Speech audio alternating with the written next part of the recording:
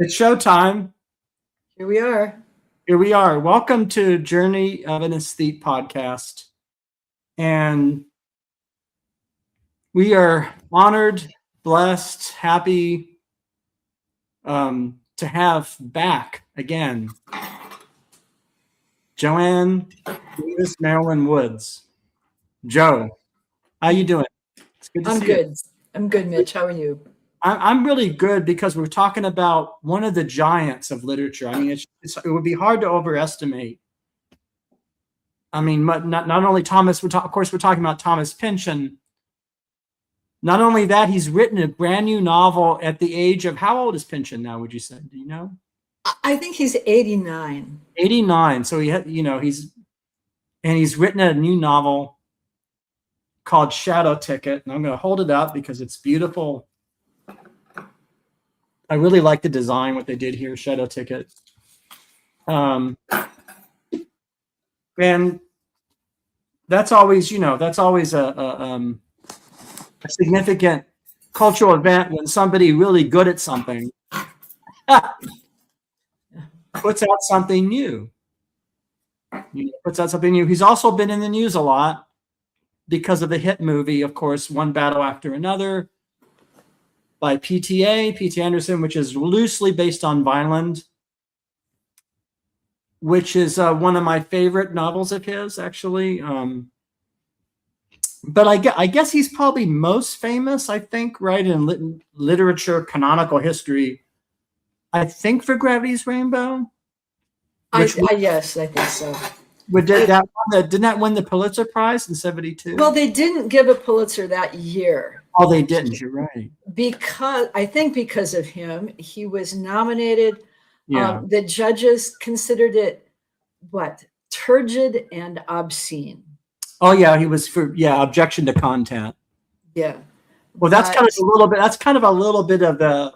We'll get to his style in just a 1 second. I just want to say that a little bit of the Richard Farina, Henry Miller, that kind of, that mid-century. I mean, there is a thing that's in Pynchon.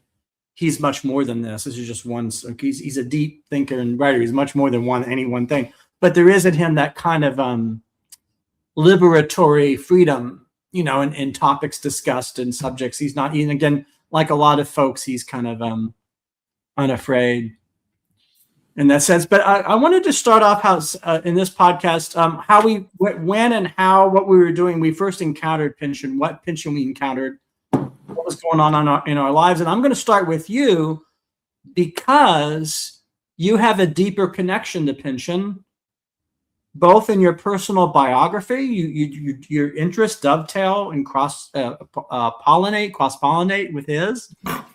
And you want to talk about that, or when you first discovered?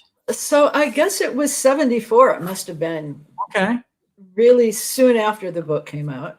Yeah. And at that time, I was majoring in the physical sciences and philosophy at Michigan State. But yeah, my boyfriend was an English major.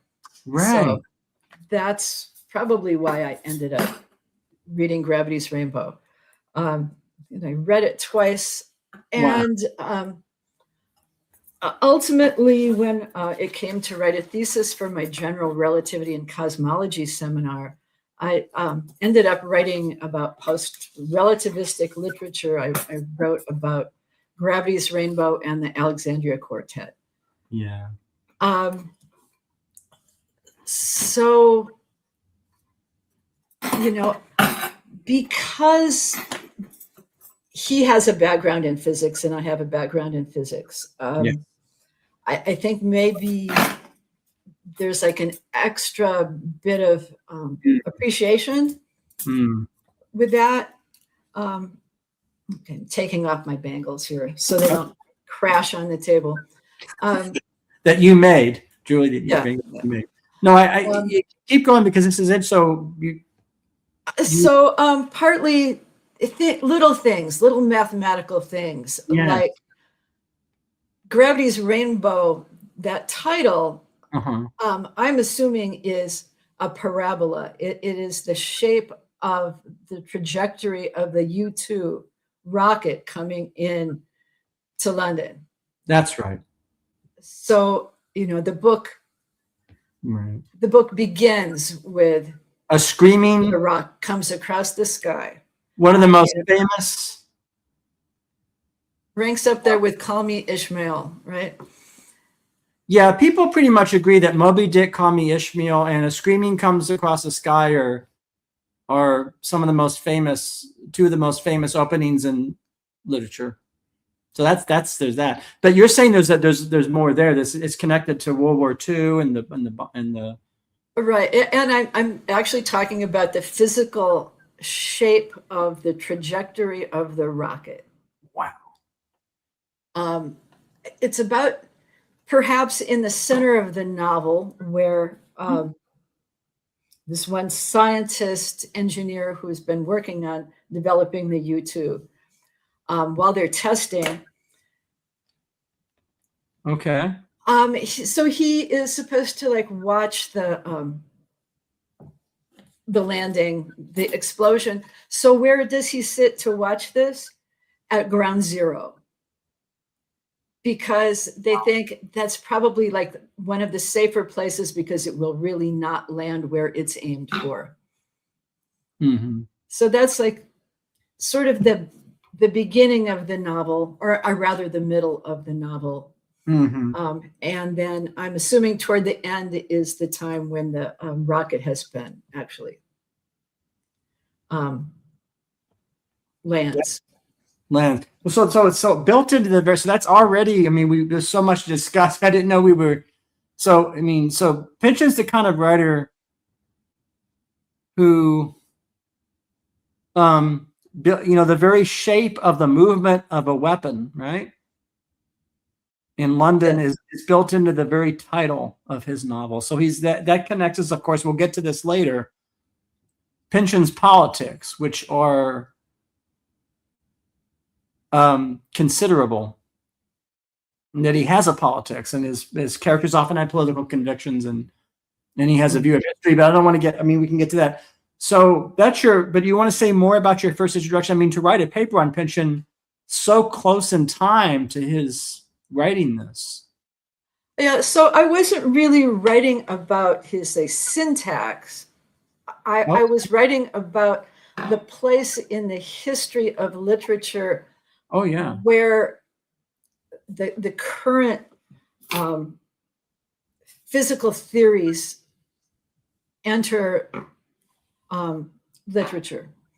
So so the reason that I included the Alexandria Quartet is because it's a set, of 4 novels, right, 3 of which are arranged in different directions of physical space, and the 4th is time. So we have 4-dimensional 4-dimensional chess, or right. So it's sort of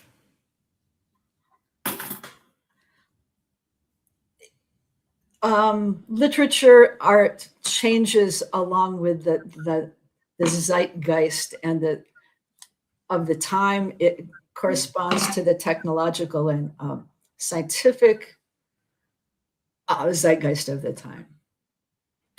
Yeah, well, certainly that's true. He gets classified as a postmodernist, for better or for worse, or both, and he's seen as,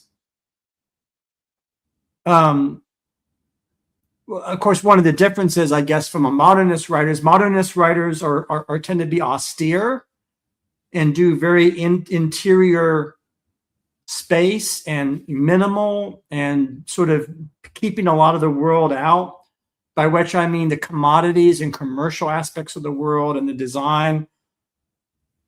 Boy, is Pynchon the opposite. He brings the world in, from pop songs and rock songs and TV shows and stuff about World War II. And Shadow Tick, his latest novel, there's so much rich discussion of jazz music and jazz history. The young Count Basie learning the piano, and Milwaukee, of course, there's a connection with you in Milwaukee. We'll get to that with Shadow Ticket, but it's kind of, so he definitely brings the world in.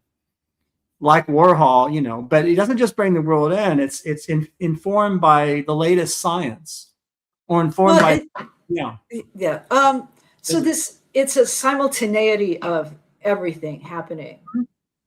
Yes. You know, at once. Yes. You know, all three physical dimensions plus time. You know, he's not averse to bringing in things from years past, where I think something more modern would be more strict. Well, I mean, I know it's always dangerous to generalize, but it's not inaccurate to say that in modernist fiction, it's not so much that they believe in linear time, or they're attached to a unity of time and space. It's that they actually want to, I think, keep time itself at bay, by which I mean periodization, kind of in a way, and that's part of their austerity of the modern project. You know, if you're austere, you want to leave out 1933. So, you know, if a modernist novelist or short story writer is writing about the Nazis in World War II, they would write about one concentration camp victim, one in 2 days of that victim, right? Very precise of description of the commanders and the carnage, you know, kind of a much more austere, right? Whereas Pynchon would write about the Pynchon and lesser writers who wrote about the overall, you know, the forces of history and decisions on the battleground, and you know, and like who designed the uniforms. You know? That's right. Who designed the uniforms? You know, the very, you know, these things that we think of as quote unquote unimportant. In Pynchon, they're far from unimportant. For Pynchon, everything matters, and that's why I think he's not a superficial. I want to say up front, praising him, he's not a superficial comic artist or comic writer. He's more than that. There's a depth to him, and sometimes I think that this comic sort of jokey stuff, like even the open, you know, is kind of there is to seduce the reader.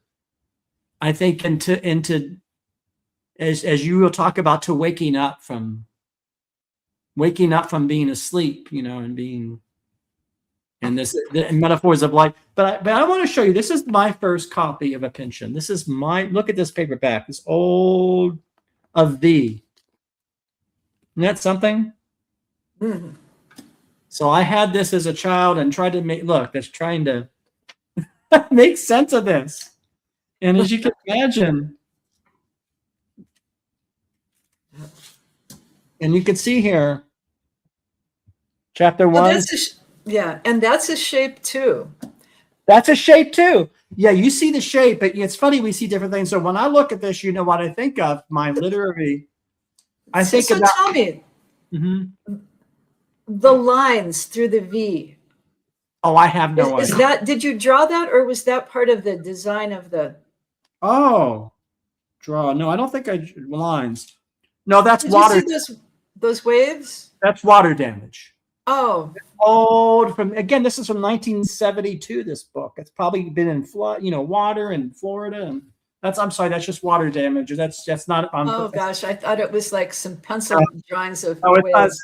No, but chapter 1 says, in which Benny Profane, a schlemiel and a human yo-yo, gets to an aperture. Christmas Eve, 1955, Benny Profane, wearing black Levi's, suede jacket, sneakers, and big cowboy hat, happened to pass through Norfolk, Virginia, given the sentimental impulse. So it's that's the syntax. Is another thing about Pynchon is that he's influenced by pre-19th century art. So people like Samuel Richardson, Cervantes, Don Quixote, right? Mm-hmm. Tom Jones, you know, Tom Jones, not the singer, but the classic novel. Well, Fielding. And so basically what I want to say is 18th century and even 17th century writing, you know, philosophic satires and the comic. So and Gulliver's Travels, Swift. So I feel when I read him, he's really much more influenced by folks like that than he is sort of psychologically modernistic Victorian, you know. Mm-hmm. which, it's interesting because, I really felt for Hicks McTaggart. He's maybe some people say he's not on the round, but I really felt for him losing the girl and not getting what he wants and being stuck in Europe. And the Nazis are taking over. So I want to make clear, it's interesting. There's the jokiness and there's the quality of caricature and even burlesque, but there's a humanity, there's a depth, and anyhow, I talked too long about that, but this is my first edition of the, is there anything else you want to say about your early? Oh, Pynchon? No, that's good. That's good. Have we both, so both of us have not read all of Pynchon, right? I have not read all of Pynchon. Neither, so that's good too, because the guy's so brilliant and so prolific that I would have to give up my life, Yeah, I didn't read Mason Dixon. I read part of Mason Dixon. I have a kind of, I'm not trying to name drop, but the reason why I read part of Mason Dixon was because of Cornel West. So I went to the philosophy conference, I think in 1998, and Cornel West was carrying around Mason and Dixon. He and I were actually having coffee in between sessions, and we just heard Martha Nussbaum lecture on ethics, and Cornel West said, I'm reading Mason and Dixon. And being, of course, being West, being the Christian that he is, political, like he said, it's a novel about imperialism and colonialism, and Pynchon gets it right, the evils there, and he said something like very, and maybe it's about that, but I didn't finish it. I actually have like a quote from Mason Dixon. Let's hear it. That was like a handy little thing that kind of corresponds to what Cornell was talking about. Okay. And he says that those whose enduring object is power are only too happy to use without remorse the others whose aim is, of course, to transcend all questions of power. Yes. Yeah. So that's beautiful. That says a lot about all his narratives, I think. Yeah, it does. Well, that's the political dimension of Pynchon. I mean, you've said there's a scientific mathematical arithmetic, because those as you remind, mathematics and arithmetic are inseparable. We don't want to both. They're separate and inseparable, and add in some geometry too. This is what I love. Yeah, this is what I love about you, Joe. So that's true. How do you want to proceed? Do you want to talk about jump into the latest novel, Shadow Ticket, or do you want to? Because I had to take the Pynchon is so complex. I had to make an outline. It's not like doing another topic. You have to. So we have. I have here Byron the Bulb, which is. Yes, and then we have Milwaukee, and we have Milwaukee, yes, and Past Blue Ribbon, and Dairy, and Prohibition. So I think we should dive into Shadow Ticket, and just, if it's possible, do an outline of this detective novel, which it is. Okay. This very Dashiell Hammett, Raymond Chandler, Ross MacDonald. Even Elmore Leonard sort of novel has some of that in it. And yeah, it does have some Elmore Leonard, definitely. Absolutely. Do you want to talk about that? What comes to mind? So, do you want to just go over what it's about or where it takes place? Like just a general, for someone that hasn't read it, what is Shadow Ticket, and what? Well, it's a quest. Pynchon always has a quest. He's got a mystery to be solved. And so in this case, it's bringing back Daphne. That's right. Yes, back to Milwaukee. She's gone off to Europe following her clarinetist boyfriend. Well, there's a lot. I love this. So one of the things I love about this novel is there's so much jazz in it. Mm-hmm. I could say, and also what he does in every novel is he makes up his own songs, right? Oh yeah. And so there's song lyrics that everyone is, and the song lyrics are intricate. And the song lyrics are both homages to actual popular music of the period he's writing about, whether it's rock and roll in the 60s, 70s, or it's the big band jazz. But it's also parodic. It's also a parody. So it's somewhere between respectful. It's interesting. You know, like there's one song that's like a bolero, right, in this novel. Right, it's a bolero, which is it's something I'm not there. What is the bolero? To the tune of a bolero. I forget. It was. I think I have it. I have my sticky notes. Ah, well, I'm counting on you here. Uh-oh. Yeah, if I tell you. It says if I tell you bolero. And it's if I tell you what it's all about, somebody better sell you a ticket on the next train out. Forever leave me to my real times. Just be off and away. Don't even think of me at meal times. Waiting for the souffle to fall. Just remember when you asked me. Ask me what it's all about. I could have let it sail past me, but was there really any doubt that someday, darling, I'd fumble and you'd have to be dumb not to tumble? So unbelievable with you.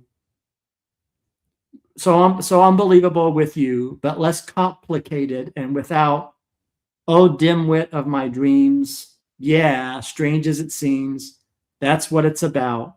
All about my baby, all about. Now that's sort of kind of a big band Glenn Miller type song, but no, it's just so weird and out there. So it's not. Well, it's about, is that April? Is April singing? It is April singing. And it's yeah, about Hicks. It is. She's like, yeah, warning. Oh yeah.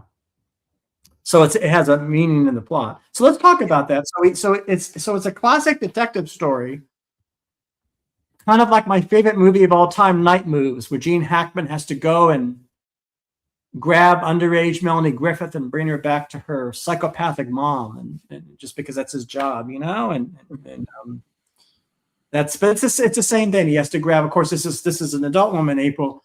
So what is it? So what's gone on? There's all kinds of stuff about Hicks. Also has a kind of a not so commendable past, at least given my politics, Pynchon's politics, breaking strikes, right? Working for the big, right? Working for the company, right? Being like a head buster, like being there, and you know, because this is the 30s. What is 1932, and we have,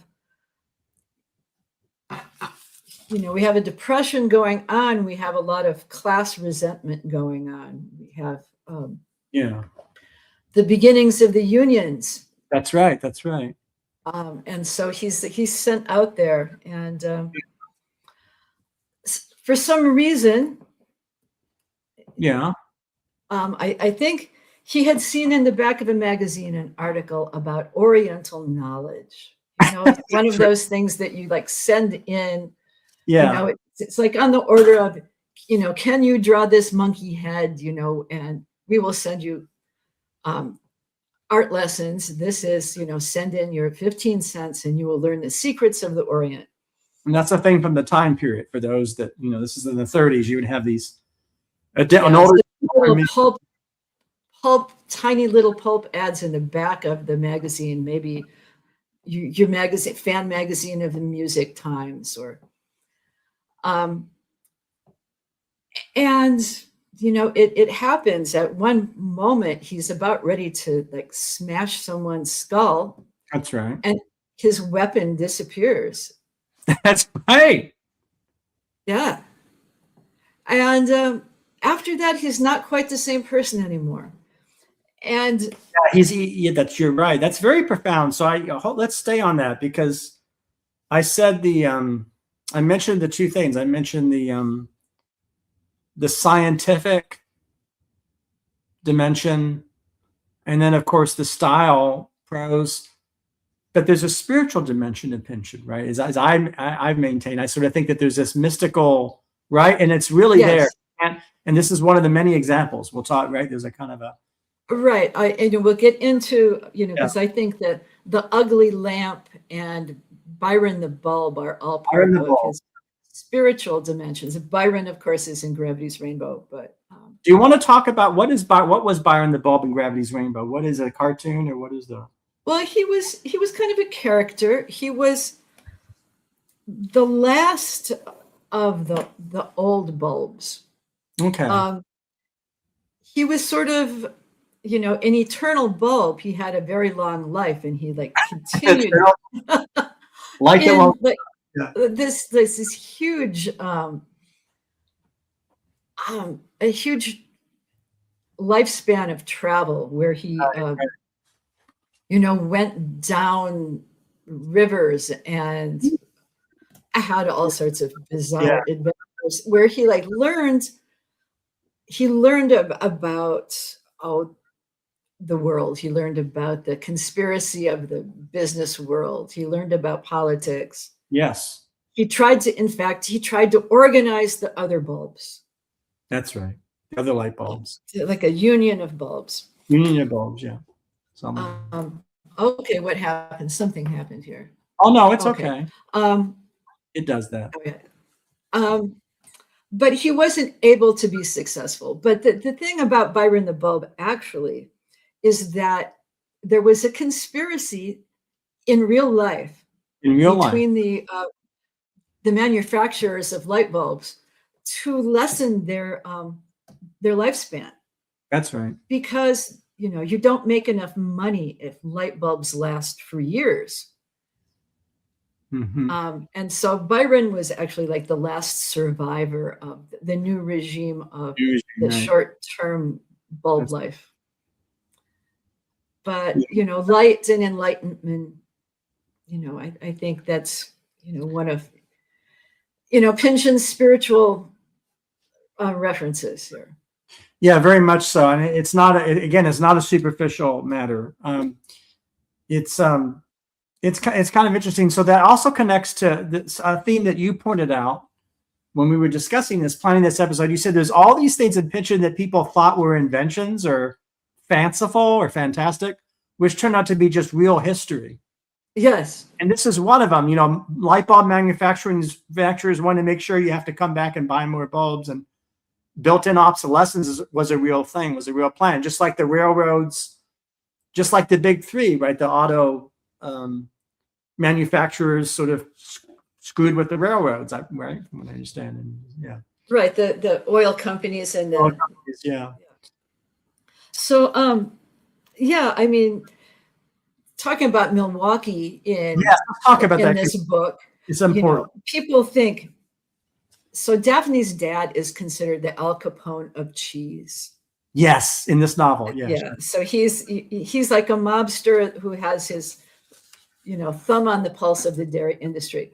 But the thing that actually is so funny is that Al Capone, during Prohibition, was actually involved in the dairy industry in Chicago and Wisconsin. So so there you go. So Al Capone, and the thing that you would think is insane is that Pabst Brewing made its own version of Velveeta. Mm-hmm. It actually did. So what we call today, the kids call today PBR, right? Who would have thought that PBR invented a form of Velveeta back then when they during Prohibition, and Pynchon mentions this, and we would all think, oh yeah, that's funny, that's Pynchon, but that's Pynchon actually doing Pynchon, dealing with history.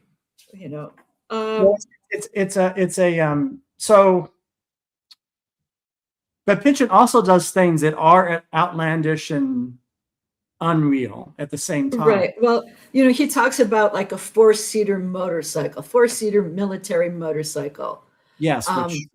From like Hungary or Bulgaria actually was manufactured. It didn't work that well for the war, so it didn't continue on, but it was made, it was used. The autogyro. Yeah, let's talk about that. Who is the character in this novel that has the autogyro? Who is it? Glow. Glow is her name. Her name is Glow. Her husband, the Spaniard, was selling autogyros. Okay. And what is an autogyro? What was this? Well, it's sort of like it's a cross between like almost like a bicycle and a helicopter. Okay. One person, can operate this. It's it's somewhat low tech, Mm-hmm. and it was actually a real manufactured product. Mm-hmm.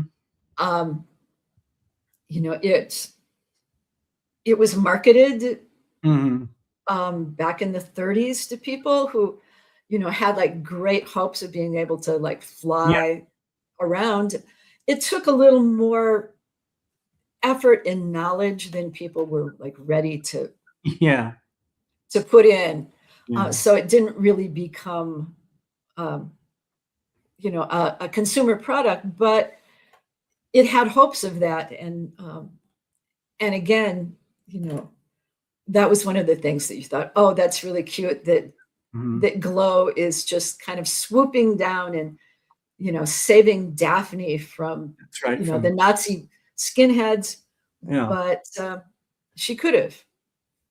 She could have saved. Yeah, could have. Well, it's actually a real machine. It is a real machine. I want to ask you this question. What's your opinion?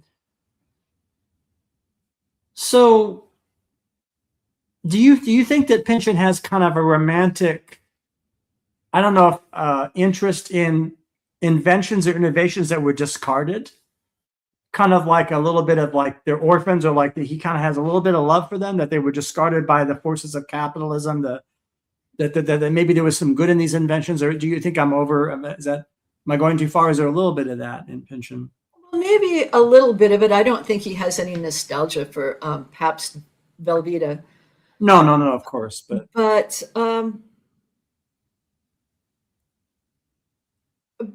you know, those are things that we really lose in our culture. mm-hmm. You know, these ideas and inventions that didn't become consumer products. And you know, he is like so curious, I think. He just wants to know so much.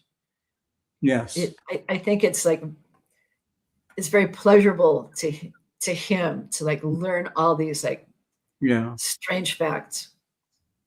and, and also make those facts into a work of fiction, into a novel. Or did you want to read from that passage in the older book B, or did you want me to? Because it very much connects to this topic of how we, again, this podcast is called Journey of an Aesthete, and design details, aesthetic details are kind of a important in Pynchon, and we get kind of they're shiny objects sometimes. You want to? Yeah. You know, I think he's in this portion of V. He's talking about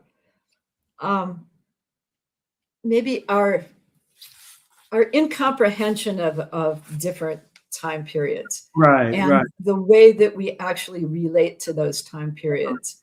And this, in a way, maybe describes the way he writes in the layering of Yes. of styles. So in V, there's a dentist named Eigenvalue, which is It's quite a name. that in itself is a mathematical term, eigenvalue. Let's hold that thought. Pynchon names his characters based on geometry and math and arithmetic, right? He uses actual, and that's an eigenvalue is one of those. Right. So that in itself is significant. Yeah, there's like another character in V whose name is Mantissa, and that is part of a logarithm. Wow. Sure. So he's, and he's also writing this in the early mid 60s, with a very long time ago. So that's right. And he dedicates, of course, Gravity's Rainbow too. I mentioned this again. I want to the great Richard Farina. Been down so long, it looks like up to me. Yeah. And which we have both read, right? Mm-hmm. Mm-hmm. How many people have read that or remember even Richard Farina? So that's why we need to do this podcast, Joe, because you and I are the only two people that remember Richard Farina or know. Yeah, I knew people back in the 70s who had read it, but I'm not in contact with them anymore. Yeah, well, there's 1 year. So yeah. Anyhow, do you want to read it? Because it's beautiful. Well, I have like a little bit of it that eigenvalue is thinking that it's impossible to determine the patterns of the time that we're in. Okay. he says he talks about times being compartmented off into sinuous cycles, each of which comes to assume greater importance than the pattern or the weave itself, and it destroys continuity. Thus, that we are charmed by the funny-looking automobiles of the 30s, the curious fashions of the 20s, and it cons us into like a false sense, a false memory, a phony nostalgia. And it leaves us without a sense of a continuous tradition. Mm-hmm. So, but hold that thought. So he also says, perhaps if we lived on a crest, things would be different. We could at least see. So you could talk about what that means. I mean, oh, well, he's talking about like a shape of time. Yeah, it's geometry again. Yes. So important to Pynchon. Yeah, that if we were on the crest of a wave, we could see the overall. But he thinks that we're in the nadir, the low, and we're like trapped in that, and we can't see any large overall pattern. So should I be chastened by this? And because I'm so aesthetically oriented and I get fascinated by the fins of an automobile or about the beauty of a tailcoat. I mean, there's so I get a sense that Pynchon himself is fascinated by these things. I mean, there's so much in Shadow Ticket. There's more on menswear. In this novel, there's more discussion of obscure tailors like Canesi in Vienna and trousers and than you almost ever see in a work of fiction. So he knows his history of fashion. So in my opinion, that you shouldn't be chastened by your interest in that. Oh, that's the wrong word. I think what he's saying is that is a way that we are obligated to learn about the other times that we're not able to see. Well, it also begs the question of why, of course, Pynchon. So I'm gonna pull out my favorite novel. One of them is Vineland, because there's so much. Well, I'll just give you an example of some of his. These fit under the category of things that are both invented and discovered, because he's using elements of the culture, these aesthetic details,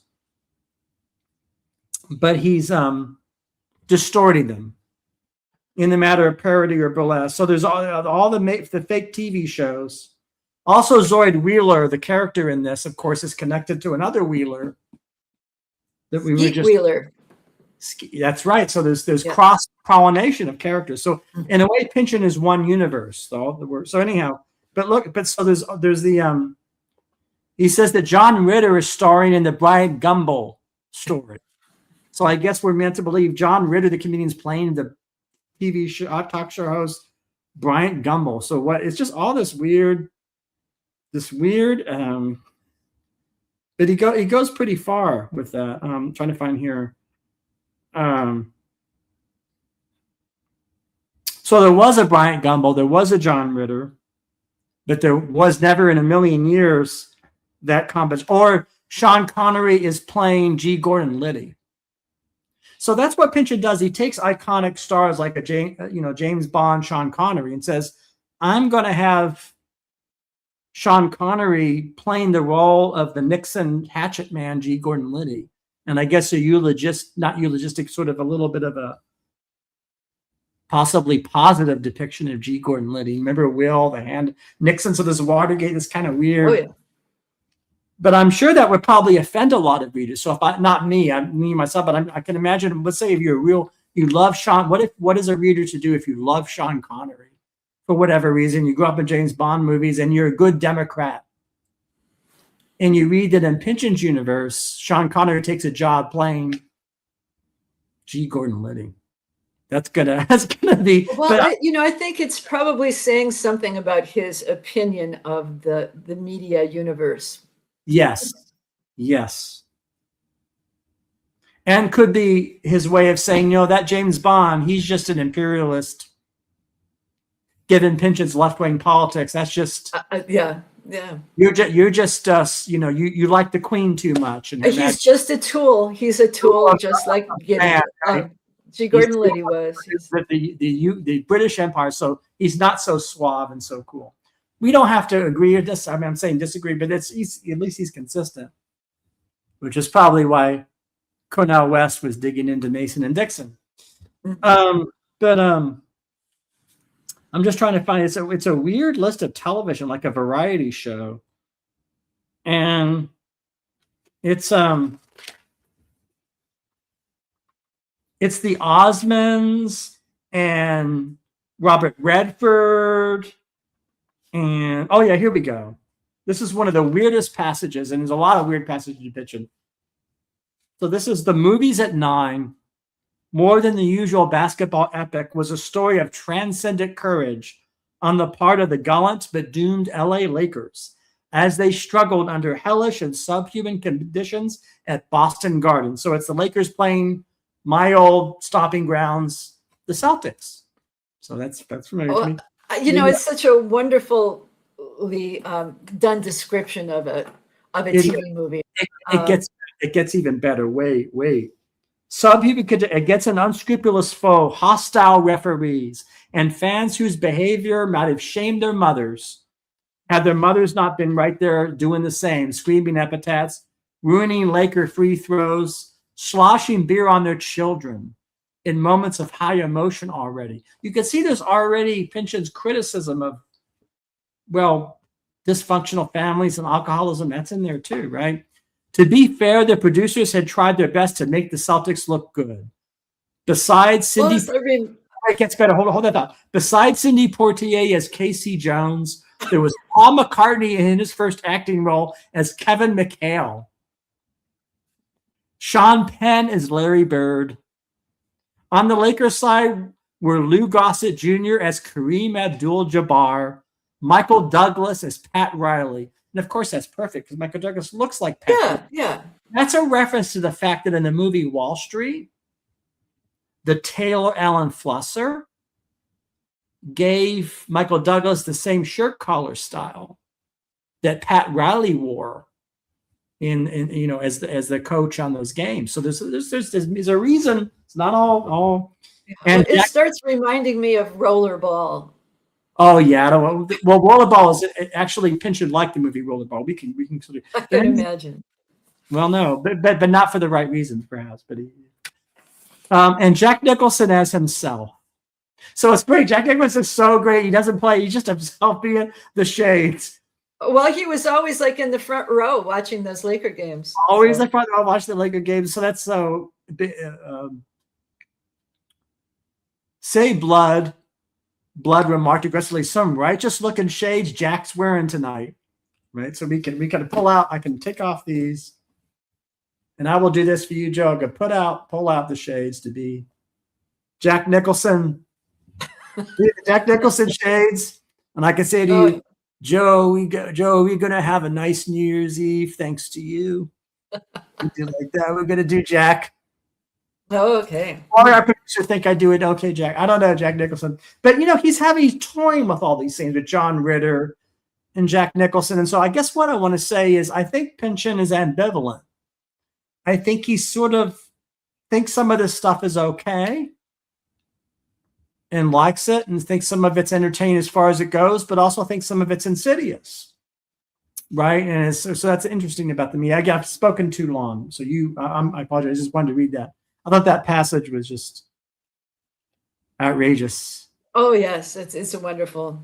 It's wonderful. It's but it's like Pabst cheese. That's right. So where were we? No. We were talking. I don't even know. One thing when we were talking about Hicks. Yes. And Hicks McTaggart.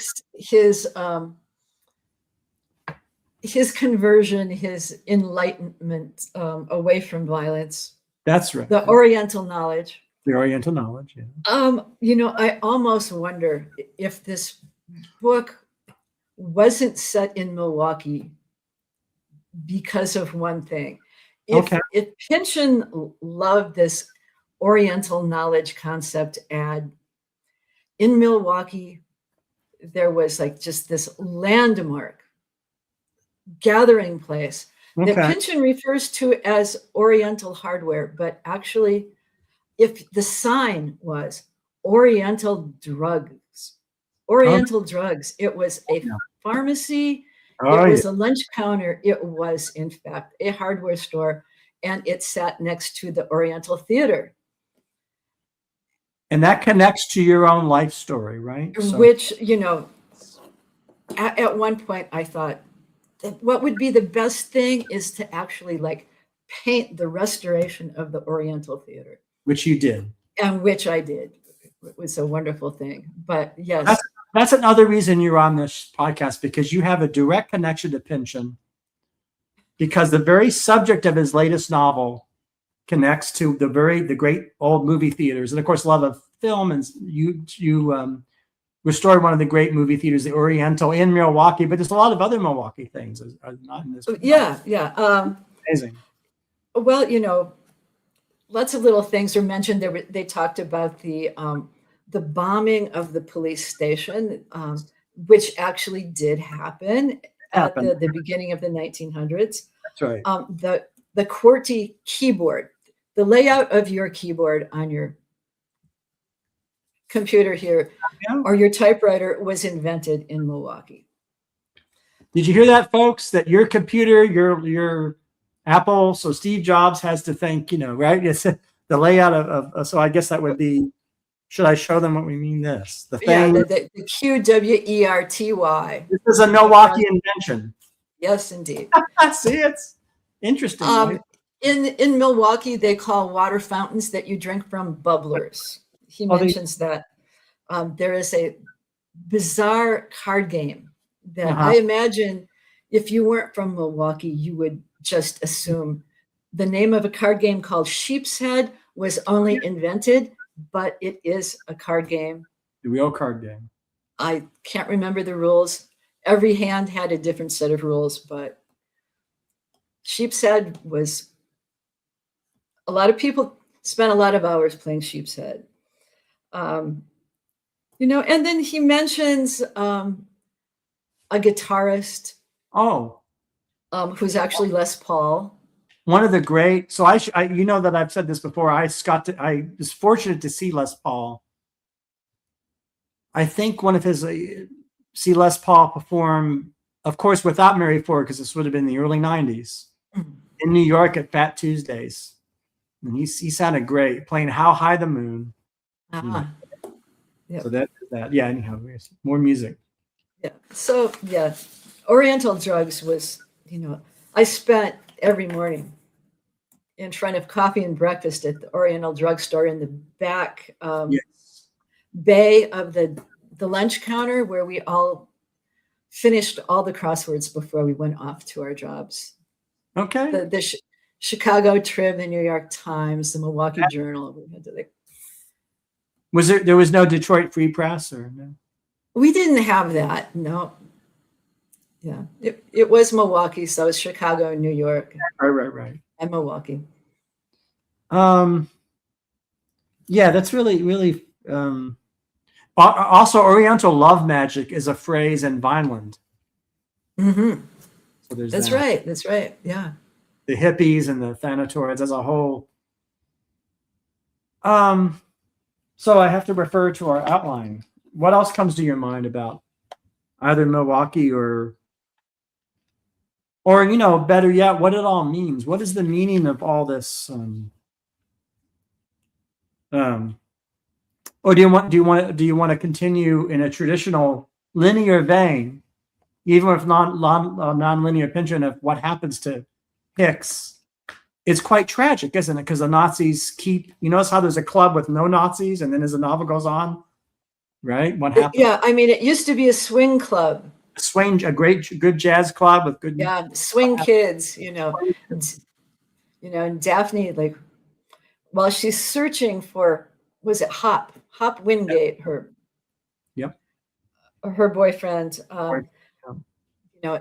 enters a club where they used to have lots of good times. Yes. Swing music, the jazz groups, That's lots right. of dancing, and now it's full of full of kids with that Nazi haircut that you see nowadays. That's what that's really, you see the change. Yeah, it Um, actually like it starts getting dangerous. yeah. Yeah. Yeah, it talks about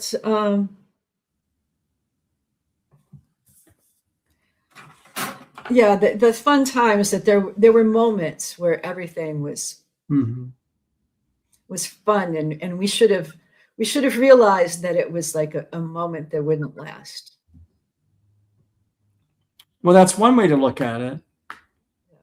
Well, I mean, when you get to the end of the book, oh no, but that raises a profound philosophical question. So if things go south, if they go bad, turn tragically bad, so it's not only awareness of the potential of that happening, but hopefully your awareness will prevent it from happening. That you're actually through. I mean, there's that you can well, see. And then there's also the fact that if we could only realize what we have while we have it. While we have it, yeah.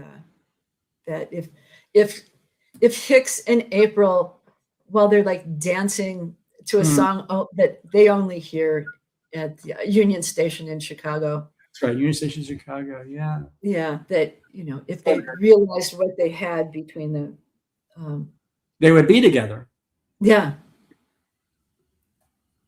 But and so,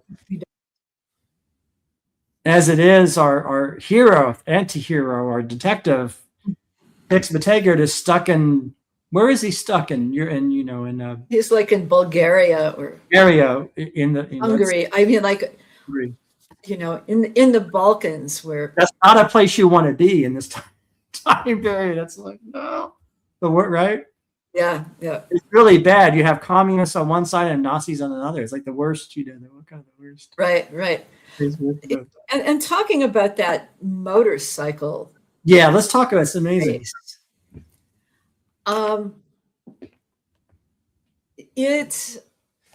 I think that's another point where it strikes me that there's a shape again. I think that's a spiral of these motorcycles going around and around and around.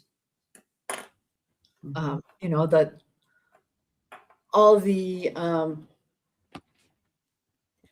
jazz group is on a tour to entertain all these motorcycle people. Things are kind of like going around and around in circles, and then it's slowing down, and it's coming to a point in this town called Fiume. I don't know how to say that. Fiume. Fiume? Yeah, it's yeah. I don't know. It's a port. Everybody comes together there. All the characters who have been like ranged over all these places. We have Daphne and Hop. We've got the guy that got picked up by the U-boat in Milwaukee. Oh yeah. Hicks. We've got Daphne's dad. Everybody ends up there. Yeah. Everything has been going around and around, and it slows down and kind of like. It's fascinating. I mean, so as I've mentioned to you before, and I'm going to bring it up because it is very germane. I was fortunate to take a class with the great James Wood, who is one of the big book critics, British literary critic. And it was basically a class on the art of fiction. And as we all know, he wrote a piece attacking Zadie Smith,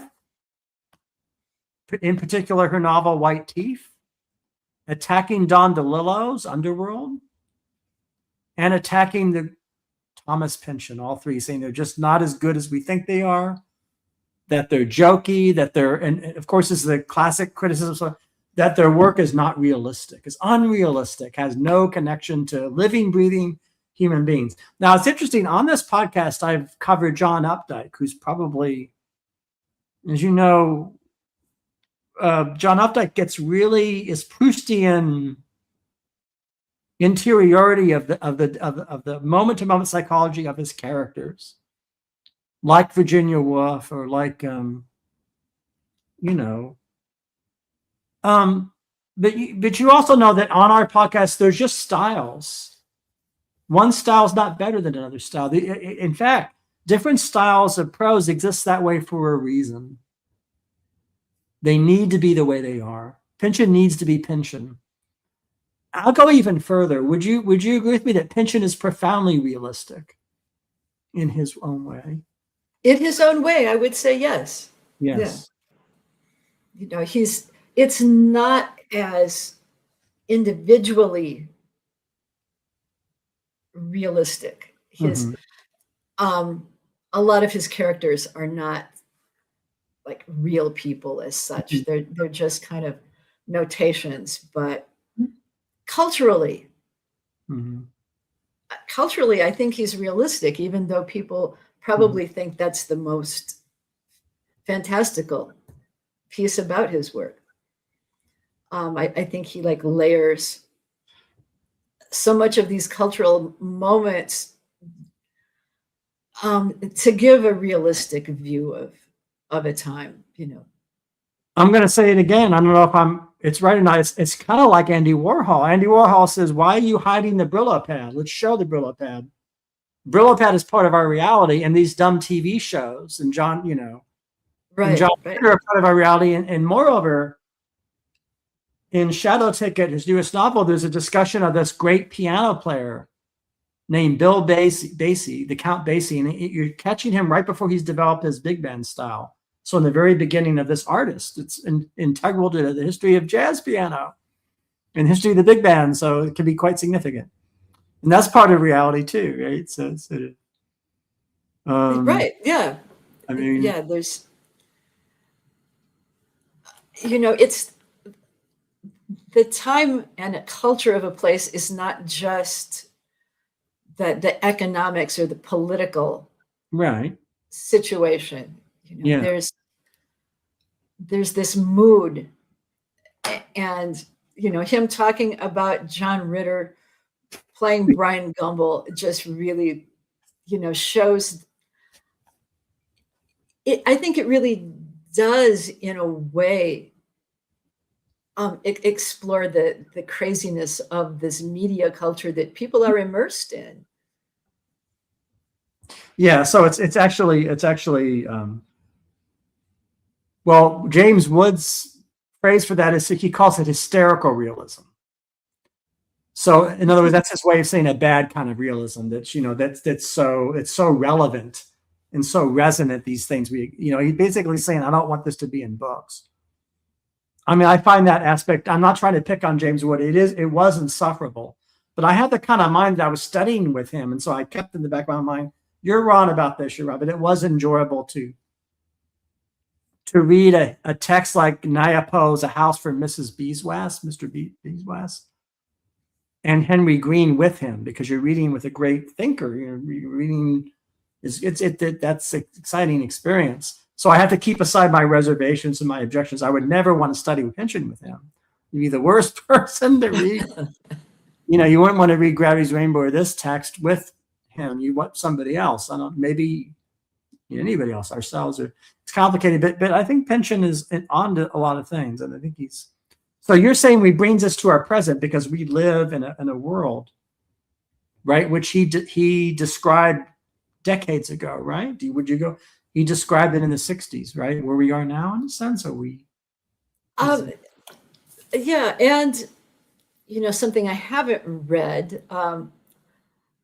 but apparently way back when, he and someone collaborated writing a musical, a futuristic musical that, in that case, that the country was run by IBM.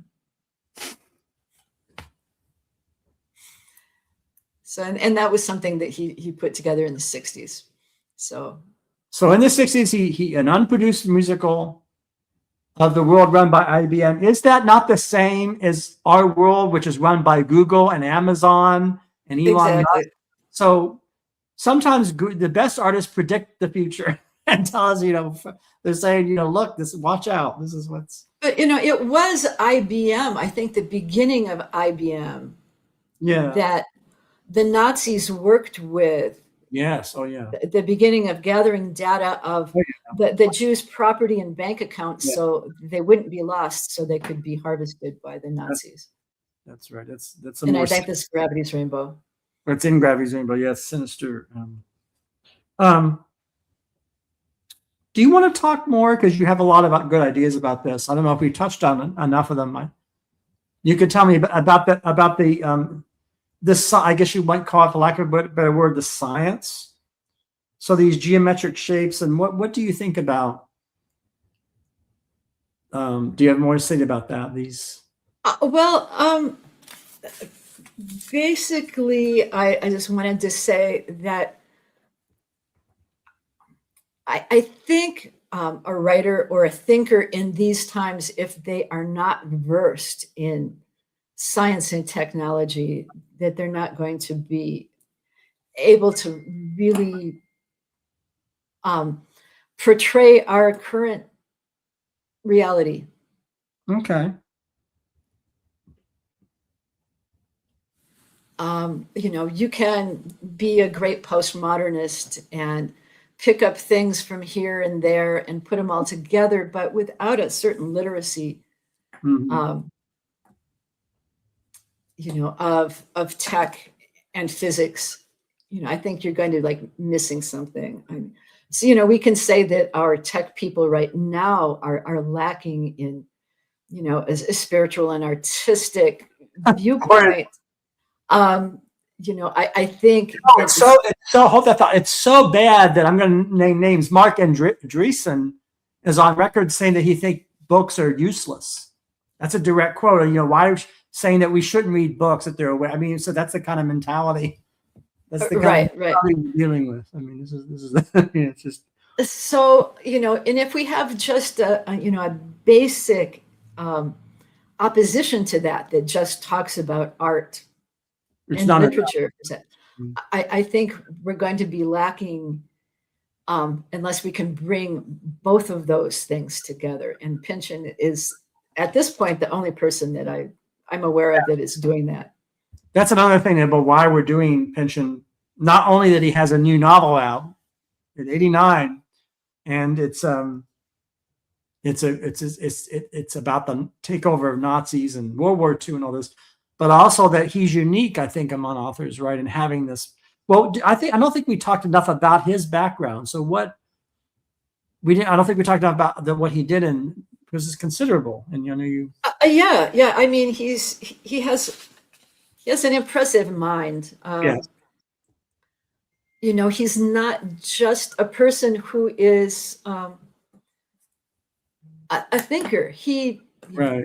So what did he do? He decided to go to college. He was majoring in engineering physics. Yes. And then quit and joined the Navy. Joined the Navy to see the world, Yeah. So somebody who is, just an ivory tower person would not do that. Well, he did technical writing, right, for a job as a. After he got out of the Navy, he ended up. Was it for Boeing? I don't know. No, I don't remember who he was writing with, but I mean, there's no better way to start writing than write. Any kind of writing. The 1,000 hours theory. Is going to be useful to him, and it would give him a background in technology and manufacturing, especially he writes a lot about corporations. That gave him a nice background because he worked in corporations. Until he there you go, drop that. Now I'm going to major in English at Cornell. Majored in English at Cornell after that, all that engineering, right? Yeah. So, and then I think after, in fact, he wrote The Crying of Lot 49, he tried to to enroll in the graduate program in mathematics at Berkeley. Mm. He wasn't accepted, but I mean, I love the fact that he wants to be knowledgeable in everything. He does. And he's similar to you, Joe. His so much. I mean, think about the similarities of time period and also the things he studied. There's a lot of. I can't think of a better person actually than yourself to discuss Pynchon that I know because of that. And it's like a major and ended up painting sets. You make well, yeah, that's right. That's right.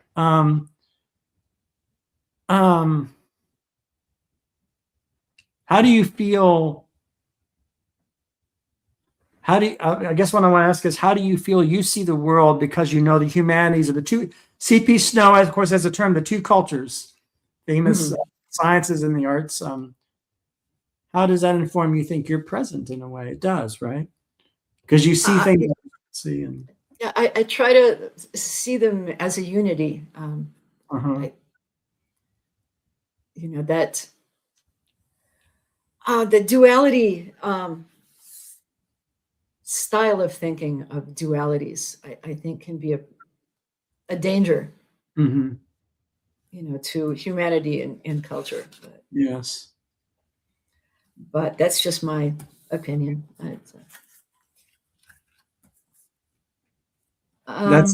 Yes.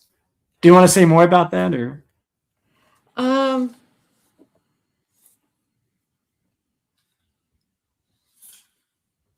No, I think we could go on to what else should we go on to? Pynchon and the ugly lamp. Well, that's important. Ugly lamp. What makes what makes a lamp ugly? It never. But anyhow, go ahead. What is it? Well, there's no physical description of this lamp except that it's like it's ugly.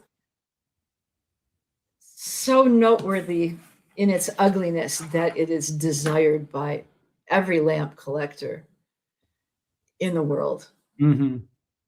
And his thing about the apports and asports, that spiritual appearing and disappearing. Yeah, that's has the lamp involved with. Again, I think he talks about lights and lamps and street lamps and Byron and this ugly lamp that I just feel that he's talking about the sources of knowledge and personal insight. And the lamp shows up at this point where I think Ace Lomax is going to pick it up and take it to Daphne's father, who's the Al Capone of cheese. The Al Capone, yeah, the Al Capone of cheese. That it's the evil forces in the world want to control people's access. Yes.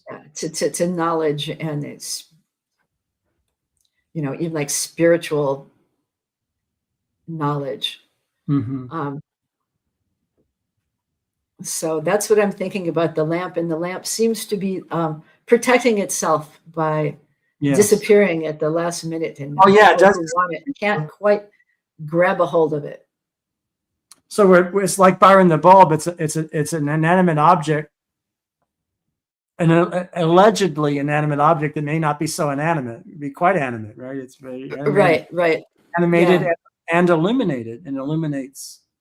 That's Yes, illuminating. So he, in the coming dark of the world that is seen in this book. Pynchon describes looking back, like on the last street lights that you can see behind you as the darkness is coming. Yes. Is there a passage you were going to read? There is a passage. Right? Yeah. I think it's Should important.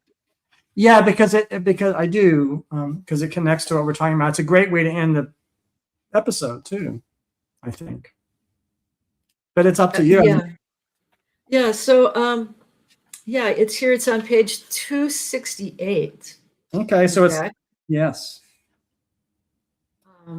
Beautiful. There's like another passage a few pages before that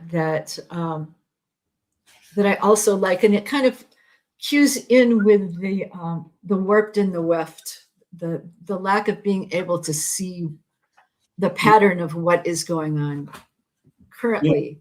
Yeah. And I think this is Glow talking about this to Hicks. Okay. But it's whatever it is that's just about to happen.